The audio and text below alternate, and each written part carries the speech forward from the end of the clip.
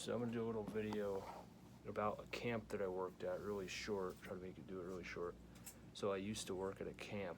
I worked there for a year. First 4 months I worked like 40 hours a week for 4 months. First 4 months. Then I couldn't deal with the stress anymore, so I just asked the employer if I could do 20 hours for housing and not get paid, so I don't have to do the other 20 hours, because normally you're supposed to do 20 hours for housing and then 20 hours for pay. And I said, all I was there for was the housing, so I said, screw the money, I'll do it for the housing. Then I won't have to work as much to deal with these people. And it was minimum wage. It wasn't like they were paying me tons of money. Oh, just keep working, and then it's like pointless, you know? The amount of stress I had to put up, it was very, very stressful. You know, I know people might have stressful jobs maybe, but I don't think people realize how bad it was. People that never worked there, I don't think a lot of people might, oh, what's the big deal? It's like, well, think about it. If you're weed whacking, it's 80 degrees out, and then you're doing all that, and then you go inside and you have people, cracking jokes, and which I know how to take jokes. I can handle someone making a little joke or teasing me or whatever, or something like that. But when it's relentless, and then some of the stuff that was going on was sort of like beyond teasing, it was like harassment in a sense. It's like, really? And I don't mean like, what I mean by harassment is like, it's just people getting trying to get a reaction out of me, basically. Trying to taunt me or whatever. For instance, I went down the one time to do laundry because I'm residing where I worked, and I had to go down. I was sleeping in an apartment area on this camp property, and I had to go downstairs to do laundry. They had a basement and a laundry room that the employees and stuff could use. But in order to go to the laundry room, I had to walk through this area where it's like a seating area near the dining room, and then I have to go down the basement. But there was an employee and some other employees in the room that I had to walk into before I could get down to the basement. And this one employee, she made some sound like bang or something, or trying to get a reaction out of me. I was like, I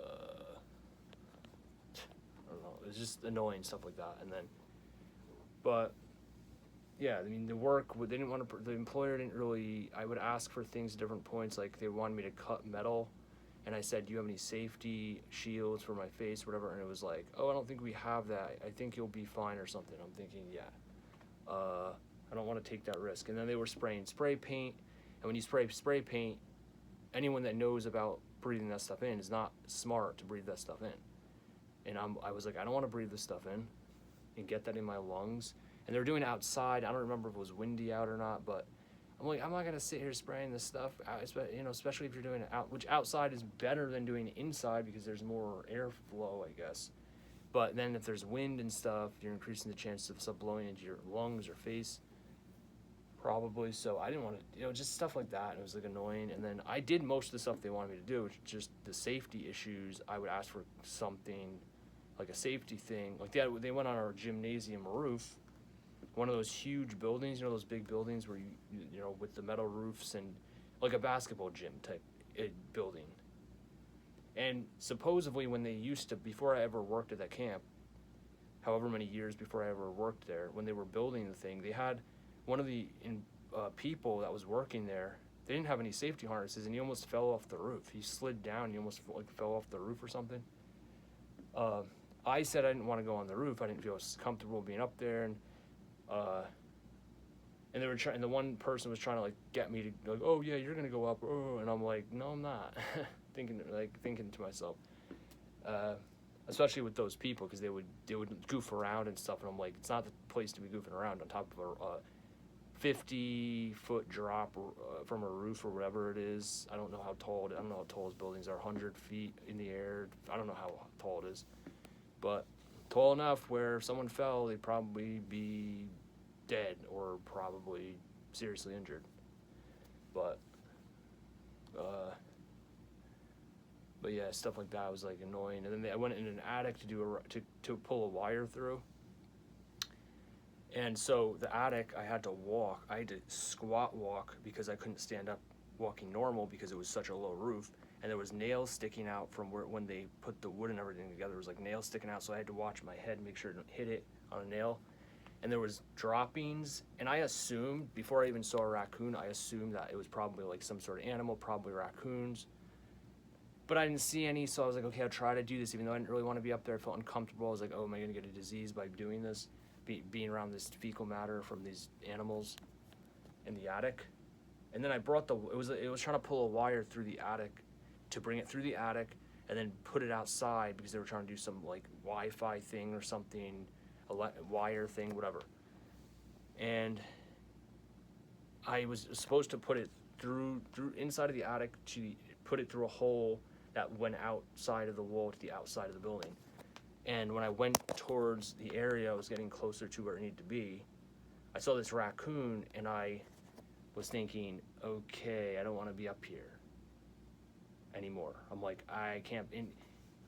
I don't remember if it was the raccoon. I was like, oh no, I don't want to risk the thing if it gets scared, it might attack me or something. Or if it was that I thought the mother, if that was not a full adult raccoon, it might have been the mother might have been somewhere else. Whatever, I don't remember exactly what it was. It was one of those two things that I was thinking, or both, I don't know. But all I knew is I didn't want to be up there with the raccoon, and I was like, I didn't want to be up there at all at first, but especially with the raccoon, I was like, I don't want to get rabies or scratched if the thing had rabies or something, or if it attacked me.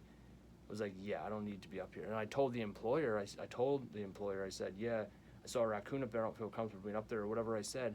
And the employer's like, oh, you have to finish that, dude. I was thinking, really? I don't think so. Like, I don't have to finish that. I have a right to refuse unsafe working conditions. And people say, well, what if someone was working as in animal control, or if someone was working in pest control, that might be a little different because that's part of the job. But you're working at a camp, that's not part of the job description, okay? There's no job description that says I have to go in an attic and, they say general, whatever they put in the paper, general work and whatever, but I have a right to refuse unsafe working conditions, and I have a right to not do that without having to, the employer could fire me, but legally, if they fired me because I refused to do an unsafe thing, then you could take legal action. But the point is, I eventually quit this place because I couldn't deal with, it was a combination of the unsafe working conditions, but the big part was the harassing I had to deal with from other employees,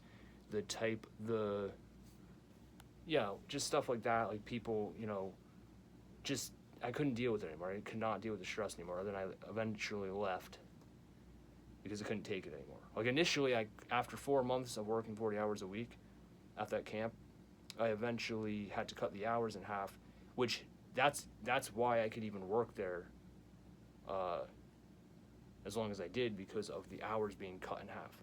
If I was doing 40 hours a week, I don't think I could have done that for a whole year working at that camp. It was horrible. Absolutely horrible. But I eventually had to leave after a year of working there because I couldn't take it anymore. And think about it, you're residing where you work. It's not like other jobs where you work, you go to your own house, your home, you're constantly there. You're interacting with the people outside of working hours. You're at your work even when you're not working.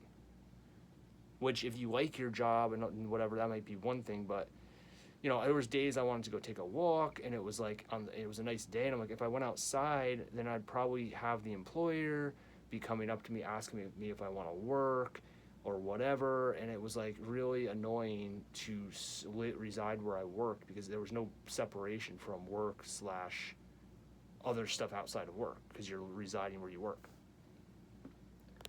But I had to leave that place because of the stuff that the people were, people can call it teasing, and some of it maybe was teasing, but the thing is, when someone is, for instance,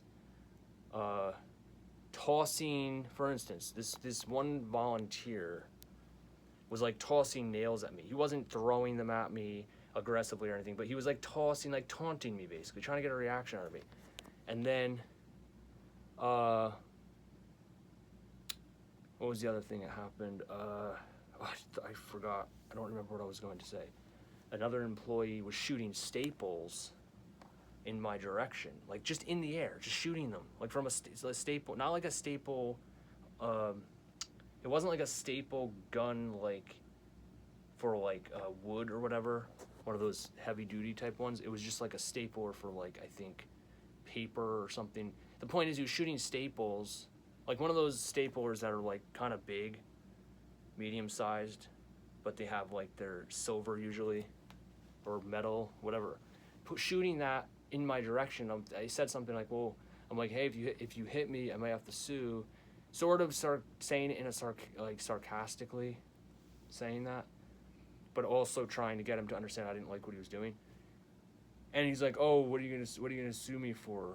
My debt or some stupid thing?" I'm like, "What a jerk," you know. But like, I felt like people were trying to get a reaction out of me. I felt like people were trying to, taunt me because I didn't do or act how they wanted, or I didn't, whatever it was, they didn't like how I was acting or something, as far as like I didn't socialize enough, or I didn't, whatever. I didn't do every little task they wanted because there were safety reasons why I didn't want to do it. And, the bathrooms, for instance, I didn't clean the bathrooms when I was there. I think I cleaned the mirror and the counter or something at one point. But I basically vacuumed, I swept floors, I did dishes, I did firewood, I did wiping tables down, I did pretty much every other task they wanted me to do, besides some of the stuff was, they didn't want to provide safety equipment, or they didn't have it, so I couldn't do it. I refused. But the point is that they, one of the things was, this video is too long, I don't think anyone's going to watch it, but the point is I have to stop this video, this is done.